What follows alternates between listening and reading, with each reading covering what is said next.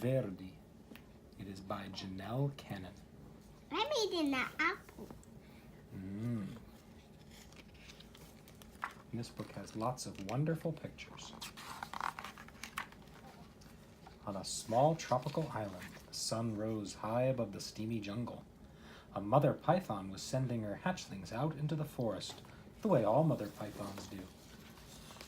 "Grow up big and green as the tree's leaves," she called to her little yellow babies as they happily scattered among the trees. But Verdi dawdled. He was proudly eyeing his bright yellow skin. He especially liked the bold stripes that zigzagged down his back. Why hurry to grow up big and green, he wondered. Maybe some of the older snakes in the jungle could tell him. Verdi ventured into the treetops to look for them. Umbles, Aggie, and Ribbon were lazing on some branches nearby. Verdi peered at their droopy green bodies. "It's not polite to stare," chided Aggie. Umbles burped and groaned. "It's taken nearly 4 weeks for that last lizard to digest. I surely do like lizards, but lizards don't like me." "Why don't lizards like you?" asked Verdi. "Don't interrupt," Umbles grumbled. "Dear me," whined Aggie. "If I don't shed soon, this itchy skin will drive me bananas." Verdi tapped a tune with his tail as he waited to speak. "Stop that, Verdi. It makes me nervous," Ribbon complained. "Besides, you'll never grow up to be properly green, always interrupting and constantly fidgeting." Verdi couldn't imagine being in such a hurry to be like them, and he really wanted to keep his sporty stripes. Hoping to find snakes that weren't so boring, Verdi slipped away. Dozer was snoring in a tree not far from the others. "Hello," said Verdi. "Do you want to climb trees with me?" "I'm tired," Dozer growled. "Go do a few laps around the jungle, okay?"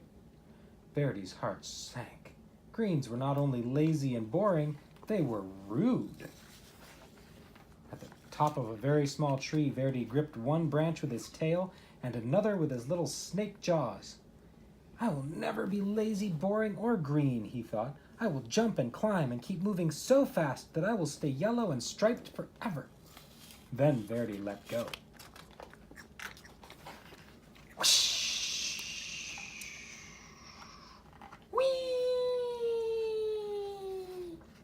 From a distance, the greens watched.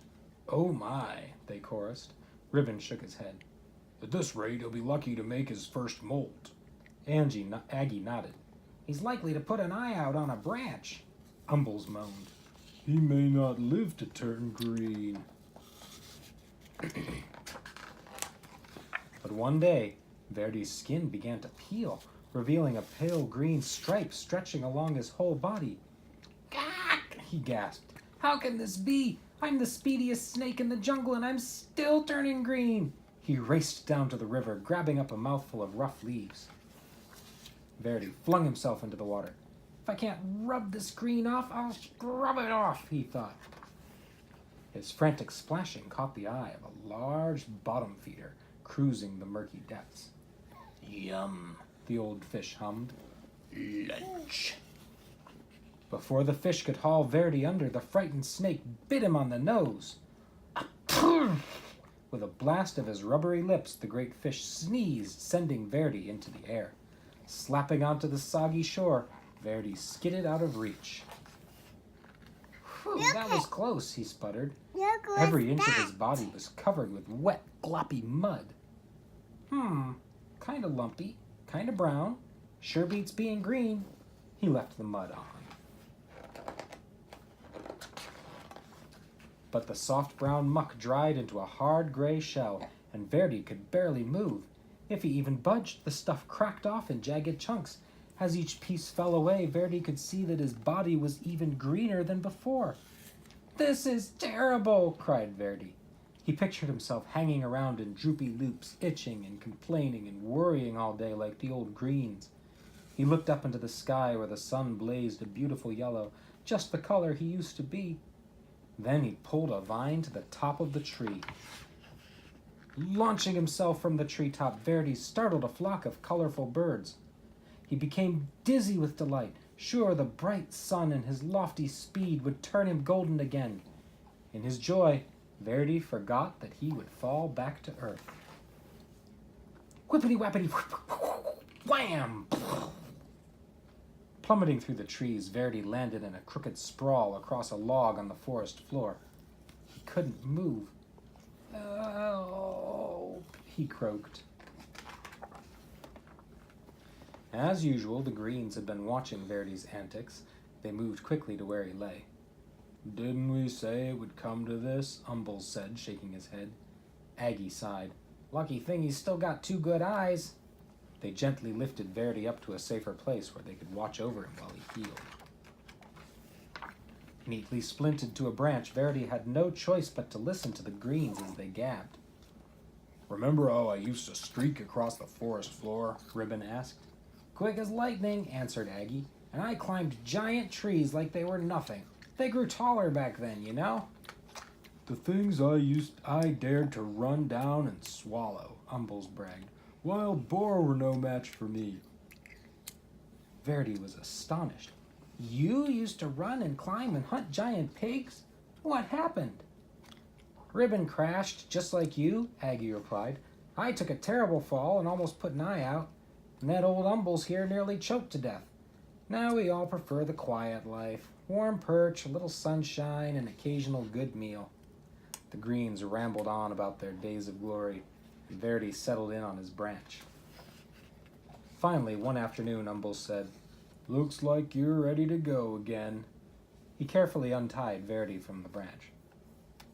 "You're welcome to come with us," said Aggie. Ribbon agreed, and the 3 Greens slipped quietly back into the forest. Verdi wasn't ready to join them.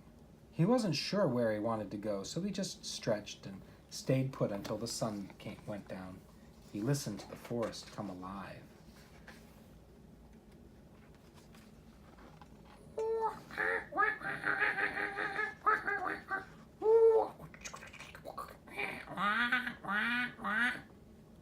Those are forest noises. Time passed. The sun and moon took turns in the sky. Verdi marveled as the full moon grew thinner every night. Then he watched patiently as it slowly grew round again. He wondered why he hadn't noticed that before. Verdi became so green that he blended perfectly with the leaves. He was so still that other creatures walked right by without seeing. One fine morning, as Verdi basked in the sunshine, 2 small yellow snakes approached. They tapped and fidgeted as they stared. "Get a load of that old green guy," one of them whispered. "Do you think he ever moves?" The other snickered. "I seriously doubt it." "They're just like I used to be," thought Verdi. "And now I'm what I was afraid to be." He looked at his big green body and slowly smiled. "How would you like to climb trees with me?" he asked. "With you?" The yellows were astounded. "I'll even show you my fancy figure 8, Verdi replied, though he was a little worried about putting his eye out.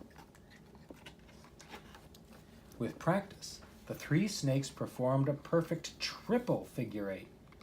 Leaping and looping with his little striped friends, Verdi laughed. "I may be big and very green, but I'm still me."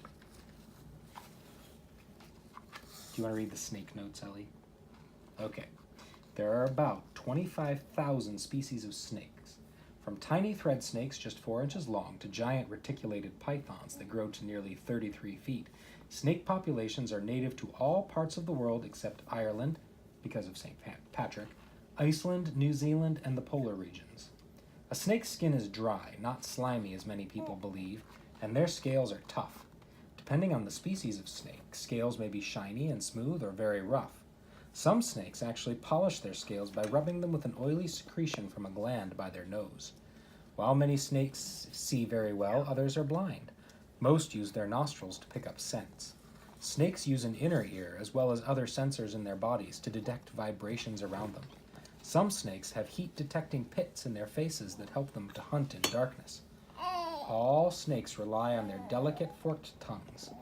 As the tongue darts out, it collects chemicals from everything it touches, and when it withdraws, it passes over the vomeronasal organ in the roof of the snake's mouth. This organ processes the chemicals, providing the snake with important information about its environment. Snakes are carnivores, which means they eat animals. Their diets can include insects, reptiles, even other snakes, fish, eggs, birds, and rodents. Some of the biggest snakes will eat creatures as large as a deer. Many kinds of snakes can go months without eating. About 25% of the world's snakes are venomous. Their venom is used to quickly paralyze prey and for self-defense. Although most snakes would rather flee than fight, it is smart to admire all wild snakes from a distance.